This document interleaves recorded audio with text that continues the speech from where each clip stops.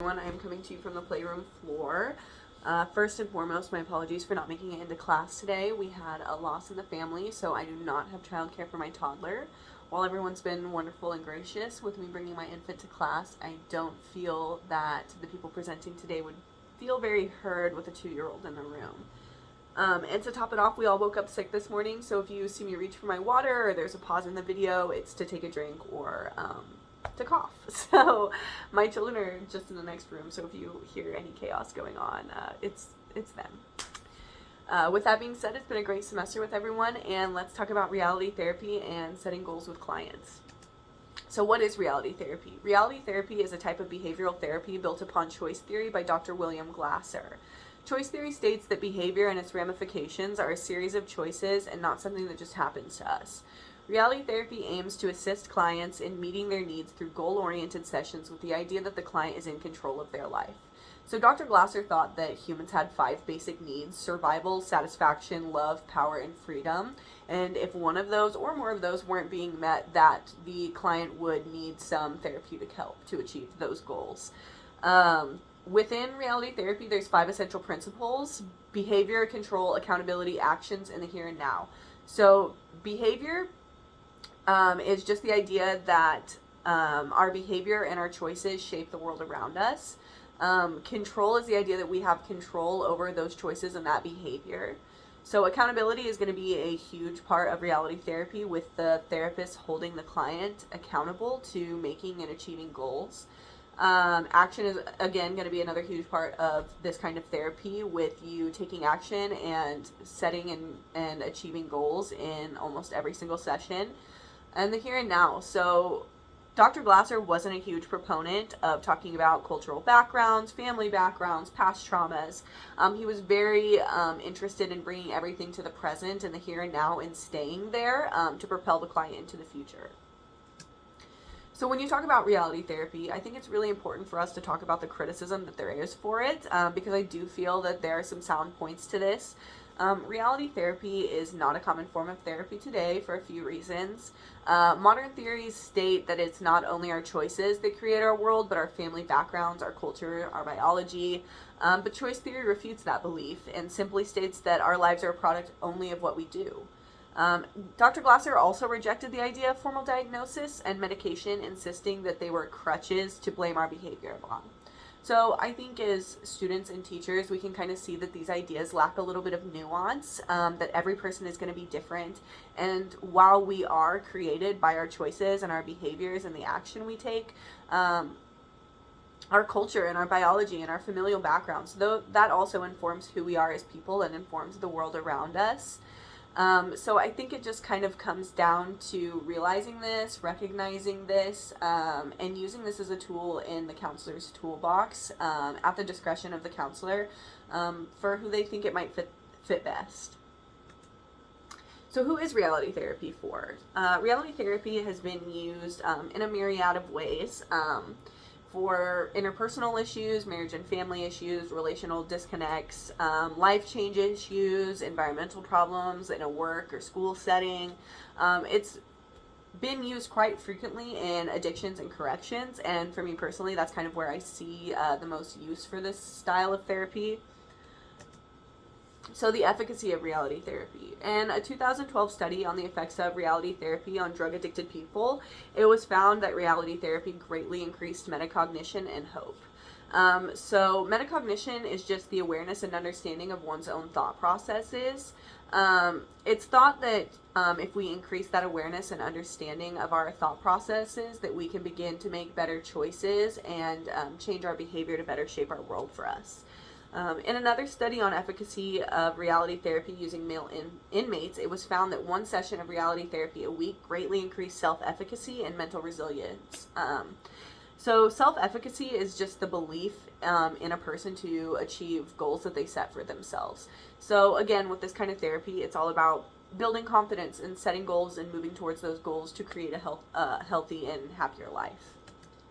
WDEP, a foundation for reality therapy. So WDEP describes a 4-step system for identifying goals and behaviors for clients. So this is going to stand for wants, directions, evaluation, and planning.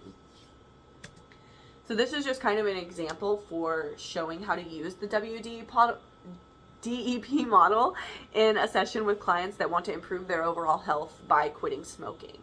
So wants. So this is where you would ask the client, what do you want from therapy? What are goals? What are you missing from your life? Those kinds of questions.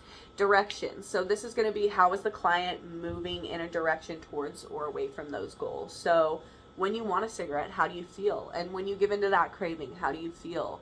What are the impacts of those choices for you? Evaluation. So this is going to be the part that therapists and clients might struggle with. There's going to be a lot of confrontation involved in this kind of therapy as you're holding clients accountable. And that makes people uncomfortable sometimes, but it is a crucial step to this.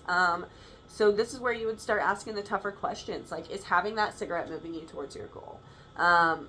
And if you have a client, who might come in and they have not made any improvements in several sessions towards this specific goal, this is where you would ask, is this an attainable goal for you? Is this something that's achievable for you, or do we need to move on? So yeah, some people might struggle with that. And after this evaluation step, this is when you get to planning. So this is where you're setting up a plan for what the client is going to do in between session to move them towards their goals. So this is just a model for goal setting. This is the SAMIC 3 model. There's lots of different models. This is one that you're going to see quite often when you're researching reality therapy. This is my personal favorite. So SAMIC 3 stands for simple, attainable, measurable, immediate, consistent, client-centered, and committed to. So again, here's just another example of using this in action. So you ask, what can you do this week to cut down on smoking? And the client says, I want to smoke 2 less cigarettes a day. That's a great goal to have, because it's important to remember that these goals are meant to be bite-sized, small goals that can be achieved session to session to help build that self-efficacy, that metacognition, that self-confidence. It's all meant to build that. So simple. Is this goal simple and easily defined? Yes. Attainable. This goal is realistic and does not try to take on too much at once. So you see a client who sets up an overarching goal that's way too big. Okay, this client's been smoking for 10 or 15 years, and they say, I'm not going to buy any cigarettes this week. I'm not going to smoke any cigarettes this week. That's where you might want to break it a little bit and ask the client if that's really a realistic goal. Someone who has smoked for 15 years, is it likely that they're going to be able to achieve a goal of not smoking a single cigarette all week? Probably not. So this is where we would need to reel the client back in and set something that is attainable for them. Measurable. So this client can easily calculate their progress. So say the client smoked 15 cigarettes a day. This week they're going to smoke 13 cigarettes a day. This is something that they can easily see that they're achieving every single day. Immediate. This is something that can be implemented day of and worked on between sessions. So this is something that the client can start tomorrow. That's a very crucial step. It's not, I'm going to finish college. It's tomorrow I can smoke a few less cigarettes. It needs to be an immediate goal that can be worked on between sessions. Consistent. So is this goal consistent with the overarching goal of quitting smoking and improving your overall health? Yes, this is. So if your client were to say something like, I'm going to start running, you might want to redirect them back onto the path of our initial goal and keep that in mind when we're setting goals with clients. So does this goal place emphasis on the client's behavior? Yes.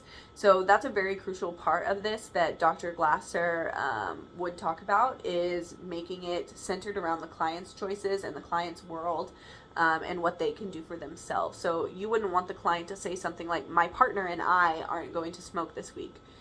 You want it to be completely centered around what the client can do for themselves, because it just kind of feeds into that self-defeating prophecy of setting expectations for other people.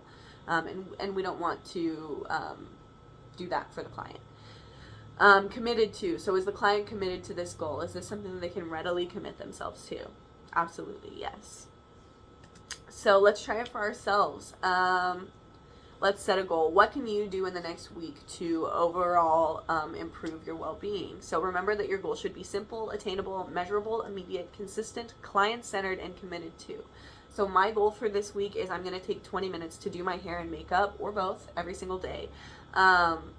This goes into, I just had a baby. I have a toddler at home. I want to improve my self-confidence by improving my self-care routines this week.